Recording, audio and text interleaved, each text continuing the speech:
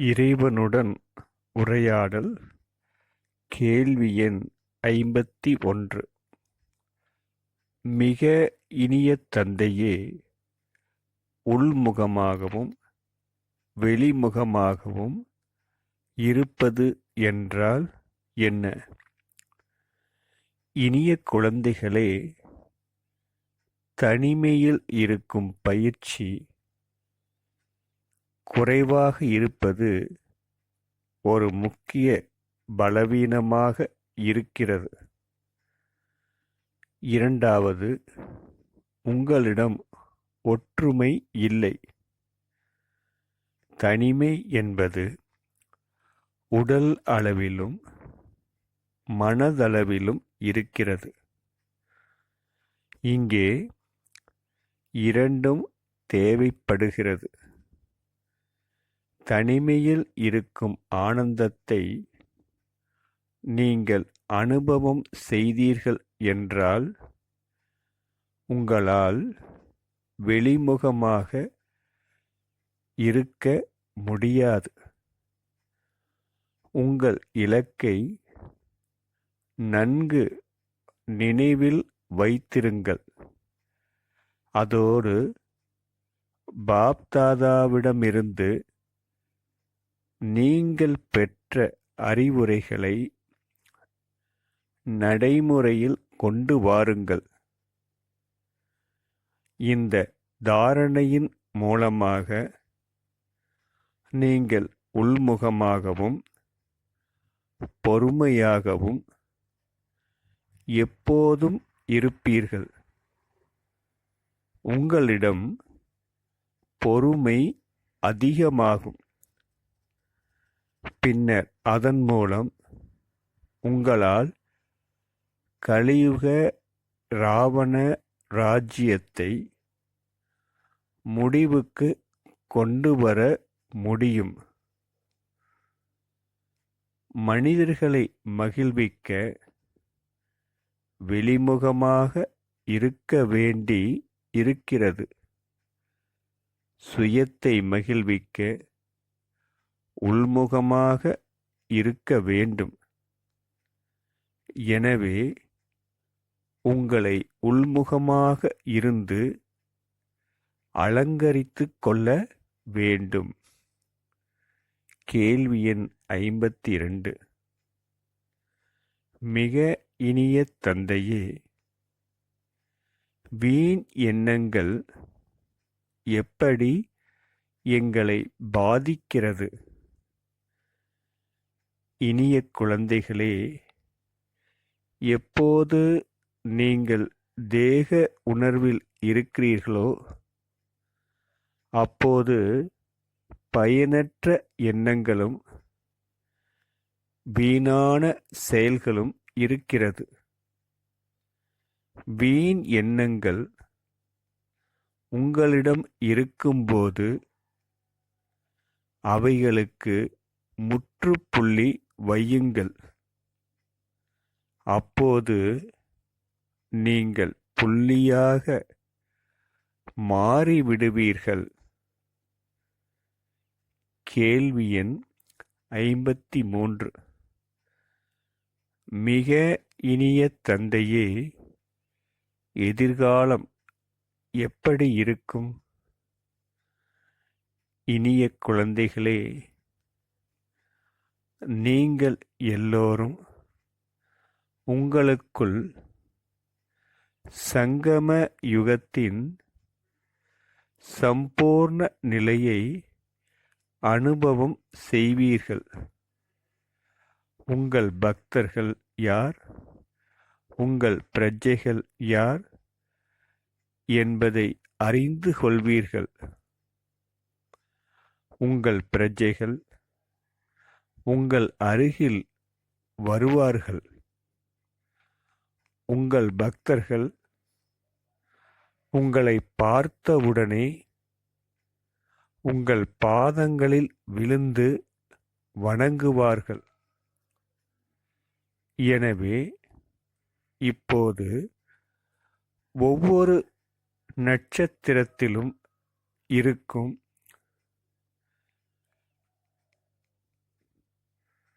அரசு அல்லது உலகம் நடைமுறை வடிவம் பெறவிருக்கிறது.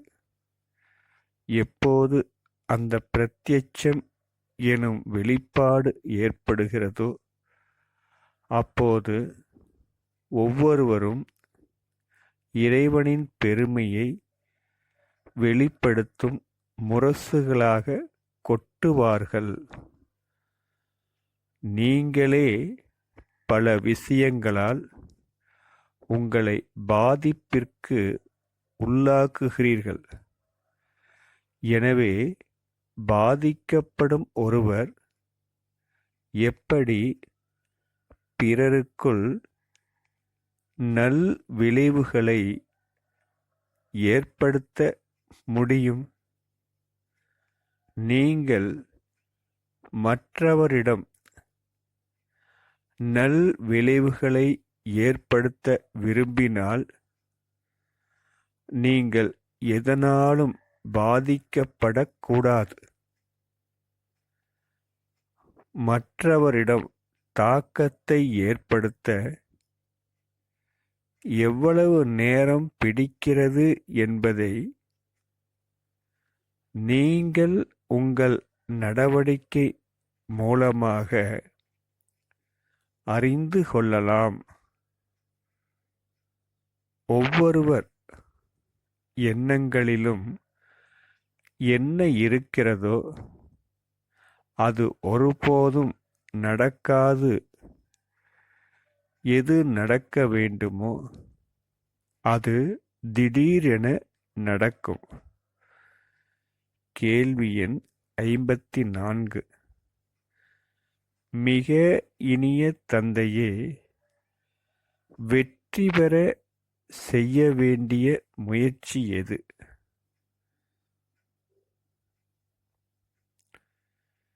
இனிய குழந்தைகளே, எந்த காரியத்திலும் அது ஒட்டுமொத்தமோ அல்லது சூட்சமமோ முதலில் ஒருபோதும் தைரியத்தை இழக்காதீர்கள். இரண்டாவது, எப்போதும் ஒருவர் பிறர் மீது அன்பு வையுங்கள். அப்போது பாண்டவர்களுக்கு வெற்றி கிடைக்கும். வெற்றி வரும்போது நாடகம் முடிவிற்கு வந்துவிடும். அப்போது சூட்சும நிலையின் கொடியை உங்களால் தொலைவில் இருந்து பார்க்க முடியும்.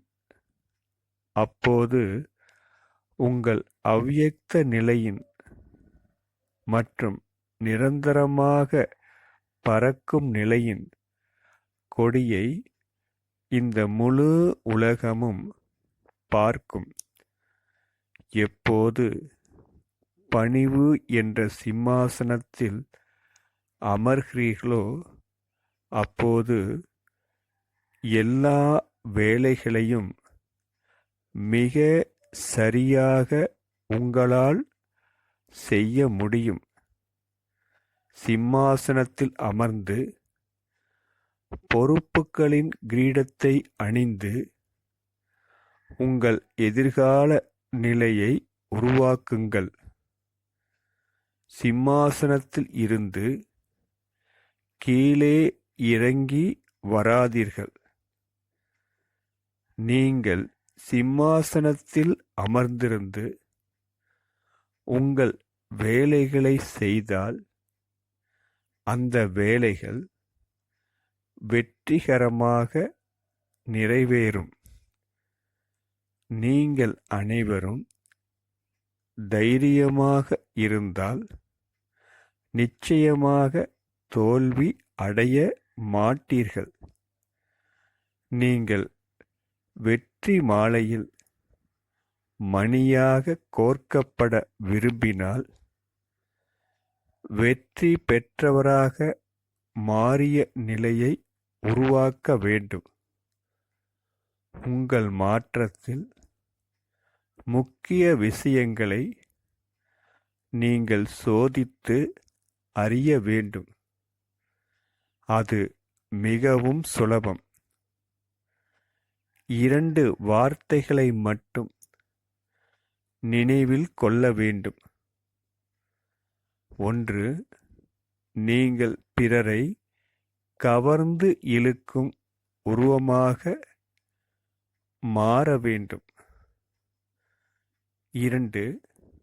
நீங்கள் எப்போதும் மலர்ந்த முகத்தோடு இருக்க வேண்டும். ஆத்மாவே கவர்ந்து இழுக்கிறது. ஆன்மீக நிலை மூலமாக மட்டுமே நீங்கள் பிறரை கவர்ந்து இழுக்க முடியும். இந்த 2 விஷயங்களையும் நீங்கள் கடைப்பிடித்தால் நீங்கள் முழு வெற்றியாளராக மாறிவிடுவீர்கள். ஒரு வெற்றியாளர் தான் மட்டும் வெற்றி பெறுபவராக இருப்பதில்லை. அவர் பிறரையும் வெற்றி பெற செய்பவராக, தன்னைவிட அதிக வெற்றி பெற செய்பவராக இருக்கிறார். உங்கள் முன் யார் வந்தாலும் அவர் வெற்றியாளராக மாற வேண்டும்.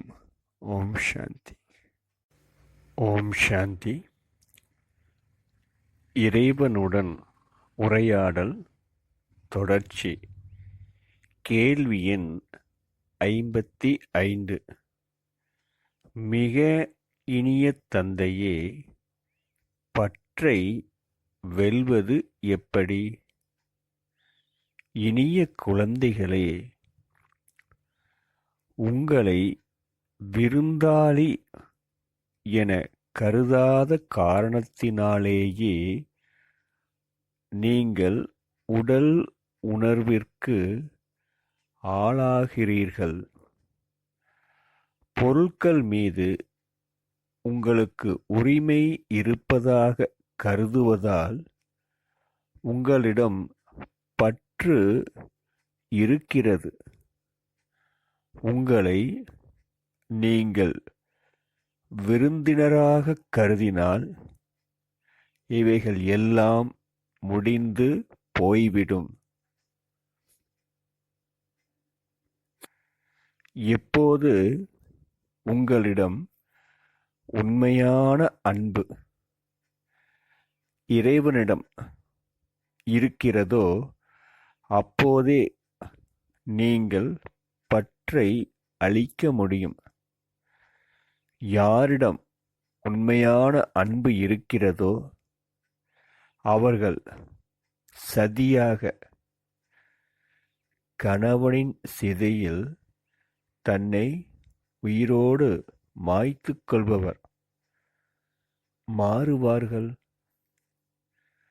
சில அசுர குணங்கள், உலகிய மரியாதைகள், கர்ம பந்தன கயிறுகள், பற்றுக்களின் நூல்கள் எல்லாம் இன்னும் கட்டப்பட்டிருக்கின்றன. அவைகள் எல்லாம் எரிக்கப்பட வேண்டும். எப்போது இவைகள் எல்லாம் அன்பென்ற நெருப்பில் விழுகிறதோ அப்போது அவைகள் அறுபடும். எனது என்ற உணர்வால் பற்று உருவாக்கப்படுகிறது. நீங்கள் என்ன சொன்னாலும் அப்படியே செய்வோம்.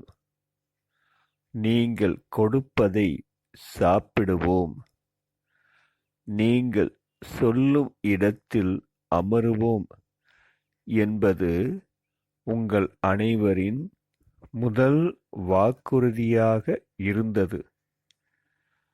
பாபா உங்களை சூட்சம உலகத்தில் அமர வைக்கிறார். பிறகு ஏன் நீங்கள் இந்த உலகிற்கு வருகிறீர்கள்? நீங்கள் கொடுத்த வாக்குறுதியை கட்டாயம் நிறைவேற்ற வேண்டும் என்பதை நினைவில் கொள்ளுங்கள். சமர்ப்பணம் என்பதன் அர்த்தம் மிக உயர்ந்தது. அதில் எனதென்பது எதுவுமே இருப்பதில்லை. நீங்கள் அர்ப்பணம் ஆகும்போது மனம், உடல், செல்வம் அனைத்தையுமே அர்ப்பணம் செய்கிறீர்கள். பின்னர் இப்படி இருக்க வேண்டும் என்ற விருப்பத்தை நீங்கள் எப்படி உருவாக்க முடியும்? இந்த உடல் மூலமாக பாவச் செயல்களை எப்படி செய்ய முடியும்? தனது மனதை அர்ப்பணித்தவரின் நிலை மன்மனா பவ என இருக்கும். ஒருவரிடம் மட்டுமே அவரது மனம் இருக்கும். பற்றை வெல்ல கடவுள் தந்தையிடம் நீங்கள் கொடுத்த வாக்குறுதிகளை நினைவில் கொள்ளுங்கள். இப்போதிலிருந்து மணியை, அதாவது ஆத்மா, இவற்றைத் தவிர வேறு எதையும் பார்க்க மாட்டேன். வெற்றி மாலையின் மணியாக மாறி உலகின் நடுவே பிரகாசிப்பேன் என உங்களுக்கு நீங்களே சத்தியம் செய்யுங்கள். எப்போது நீங்கள் தாமாகவே மணியாக மாறுகிறீர்களோ அப்போது நீங்கள் பிரகாசிப்பீர்கள். எப்போது உறுதிமொழி கொடுக்கிறீர்களோ அப்போதே பிரத்யட்சம் எனும் வெளிப்பாடு ஏற்படும். வெளிப்பட செய்வேன் என்பதில் உறுதியாக இருங்கள். அப்போது உங்கள் உறுதிமொழி நிச்சயமாக இறைவனை வெளிப்படுத்தும்.